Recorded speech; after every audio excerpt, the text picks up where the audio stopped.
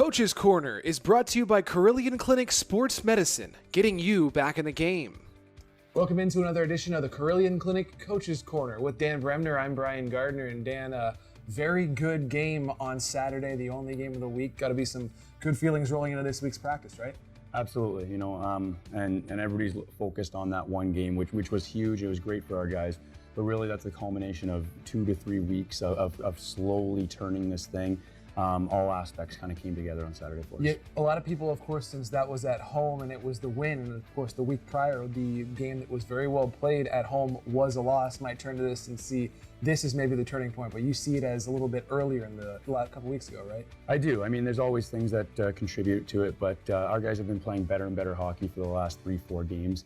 It's awesome to see the hard work and everything that they've been putting in pay off for them. Are there any players that you want to signal out as guys who really have been a big part of this turnaround, maybe guys who have been leading the charge? You know, our leadership group, Jones, Armstrong, Leisman, they've been solid for us all year, but there's been some younger guys that have really been working for us, and they've really shown up the last few with Stubbs and Huffnagel and Riccardi. Some of these guys, you really start to see them buying into our systems, and they're starting to get rewards out of it. You mentioned 3 rookies right there with Stubbs, Huffnagel, and Riccardi, and guys who were coming in cold, who didn't have any experience with you last season at the end of their college careers on ATOs. And is that common, you think, for the rookies kind of to take about a month or so to really hit their stride?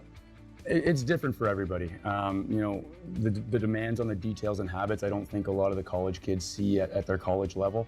So coming into pro, and when it's got to be every single time that we're doing the right things, sometimes that's a big adjustment for guys. 2 more games this week, Thursday against Fayetteville, then off on Friday, back at it Saturday, again against Knoxville. How do you keep it rolling?